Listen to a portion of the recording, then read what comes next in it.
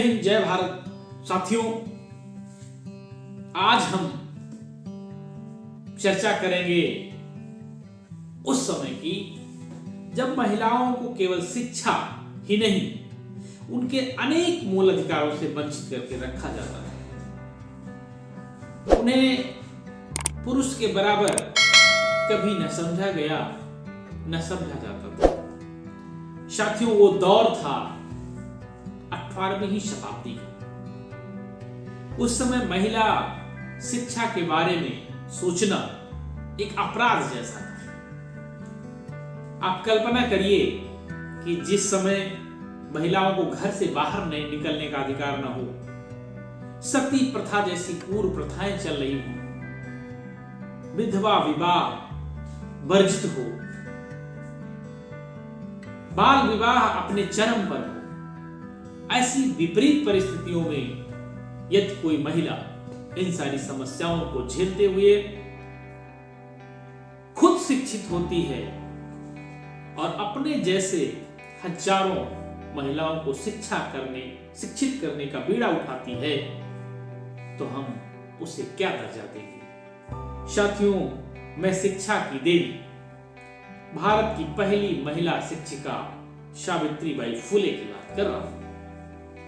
साथियों, सावित्रीबाई फुले जी का जन्म 3 जनवरी 1831 को महाराष्ट्र के सतारा के निकट हुआ था। दुर्भाग्य देखिए कि उनकी खुद की शादी मात्र 9 वर्ष की उम्र में हो गई और वो शादी के समय शिक्षित नहीं थी। महान समाज सुधारक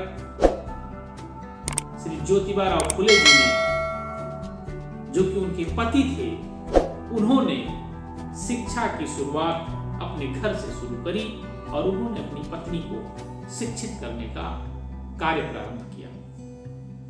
सावित्रीबाई जी ने अपने पति से शिक्षा ग्रहण करते हुए अपने जैसे और महिलाओं को भी शिक्षित करने का बीड़ा उठाया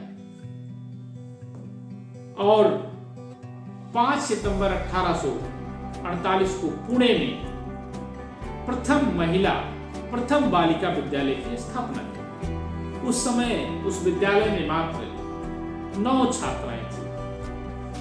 एक ही साल में देखते देखते ज्योतिबा फुले जी और सावित्रीबाई फुले जी ने मिलकर के 5 विद्यालयों की स्थापना की। उनको प्रथम किसान विद्यालय स्थापना करने का भी श्रेय जाता है।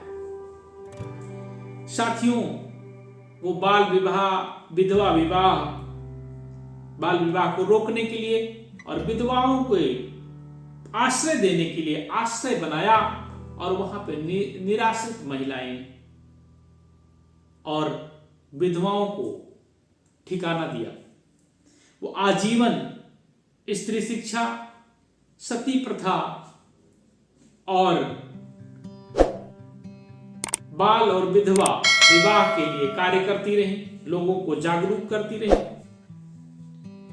1890 में जब महान समाज सुधारक और उनके पति ज्योतिराव जी फुले साहब का निधन हो गया, तो उन्होंने एक बहुत बड़ा कदम उठाया और अपने पति को उन्होंने खुद मुखाग्नि दी।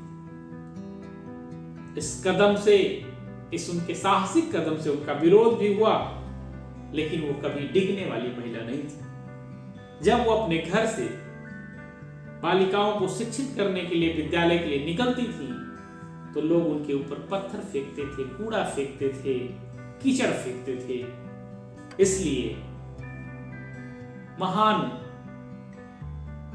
नायिका, स्त्रियों की आदर्श सावित्रीबाई फुले जी झोले में, बैग में एक साड़ी अलग से लेकर जाती थी और जब वो विद्यालय पहुंचती थी तो वहां पे अपना कपड़ा बदल करके फिर से अपने कार्य में लग जाती थी। इतनी दृढ़ निश्चयी इस महान समाज सुधारक महिला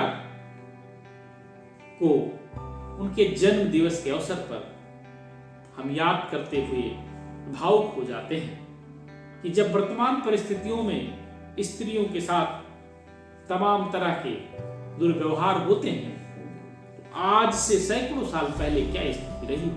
और ऐसी परिस्थिति में जिस महिला ने समाज सुधार का बीड़ा उठाया, महिलाओं की दशा और दिशा सुधारने का क्रम प्रारंभ किया, वो कितना आत्मबल से मजबूत रहे। अंत में 10 मार्च 1897 को वो शरीर से तो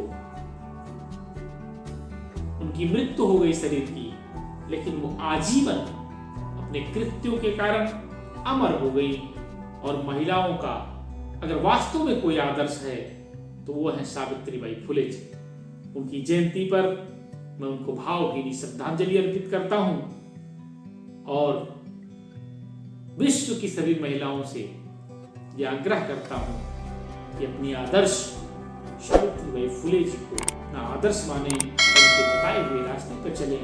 यही उनको सच्ची श्रद्धांजलि होगी। बहुत बहुत आभार।